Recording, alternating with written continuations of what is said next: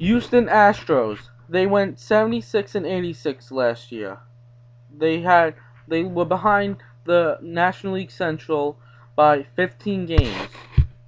The Houston Astros have an amazing stadium because they have that choo-choo train whenever someone hits a home run. I'll do a whole video on the baseball parks after I'm finished wrapping up the MLB offseason. Okay, now for the players on the Astros, for catching they actually don't have a regular catcher. The closest to regular catcher they have is Humberto Quintero. Humberto Quintero is a decent catcher. He's not the best. He's like below average, but still though, okay, he can block the plate pretty well. He got 265 at bats, 4 home runs, 20 RBIs, 234 average. So next year you gotta look at him being 7 home runs, 50 RBIs with a 245 average. Okay, he's not that good, but he's tolerable. The Astros also have um, Matt Downs. Matt Downs is is probably going to be their new second baseman next year because Kazu Matsui went back to Japan to play in Japan. That he got signed in Japan, so he just left, which I say is kind of dumb because he was better in the MLB. But yeah, they got Matt Downs who had decent numbers, I guess. 11 games, that's it. 19 at bats, 105 average. He's not really that good, but you know. They got for their third baseman, for their first baseman, they got Brett Wallace. Brett Wallace is a good first baseman. He's good defensive wise, but not offensive wise. He had 2 home runs, 13 RBIs last year. 222 batting average. That is not good at all whatsoever. And next year, look down to put up 4 home runs with 25 RBIs, I guess. I don't know. Okay. With a 230 batting average. He's not really that good, but, Actually, to be honest, their infield, okay? They don't even have anything set up yet for their infielders, okay? Like, seriously, that's just messed up. How they don't even have anyone set up yet.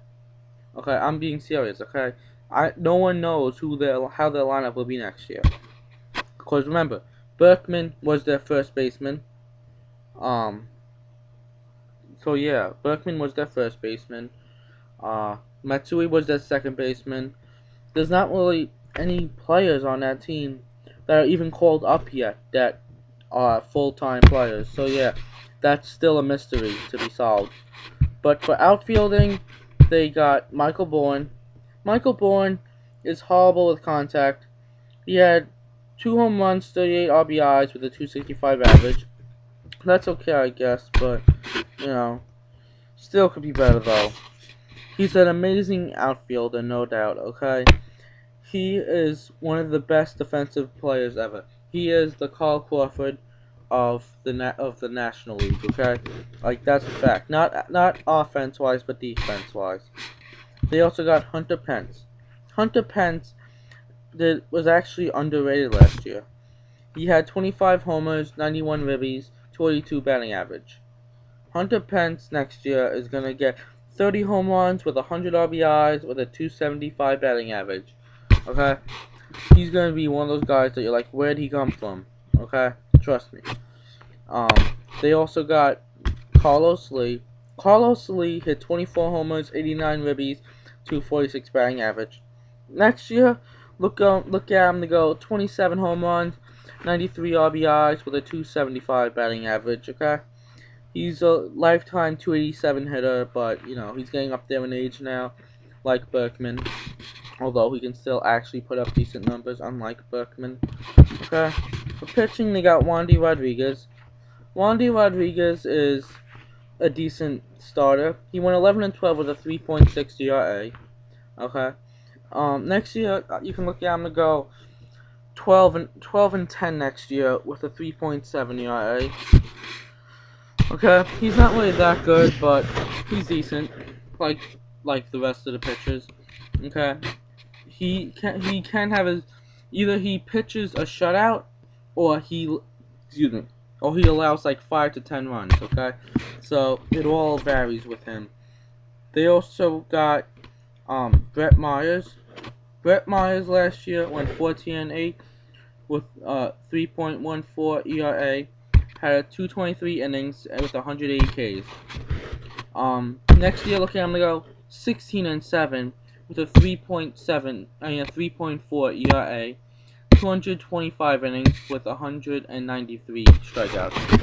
Oh, also, a quick fact about him: Brett Myers, he pitched every single game. He pitched for 27 straight starts, at least 6 innings, if not more, last year. But then he did so bad one start. He allowed like 5 to 10 runs in one inning. He allowed 6 runs in one inning, and allowed 10 total before the before the 6th inning actually ended. He was 1 out away from completing the 6th inning, but they just didn't allow him. I don't blame him. I wouldn't either, with how he was that day. They also have J.A. Happ. J.A. Happ went 6 for 4 last year. He was okay, I guess. He got injured last year. He pitched a 1.76 ERA with the Phils, then traded to the Astros, where he went to a 3.75 ERA. Next year you can look at him to go for about look at him to be like a 10-game winner with a 9-game loss, a 4.7 ERA with 130 innings and 67 strikeouts. Not really a strikeout guy, but 120 innings, 130 innings, not that much. Okay, and also for pitching, the Rockies. Oh my goodness, why am I stuck on Rockies? The Astros have Brandon Line, who was their closer last year.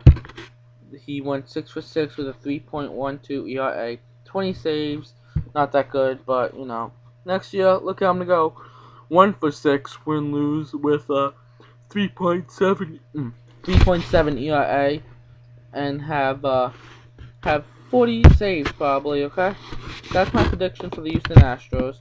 Next year, they're gonna finish above 500, probably around the 85-game win mark. Okay, that's my prediction for next year with the Houston Astros.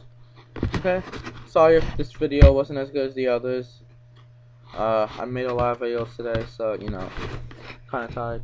Okay, well, comment, like, share, show all your friends, and just tell me how I did. Okay, and subscribe. Okay, MLB Stalker for pitching. Okay, thank you.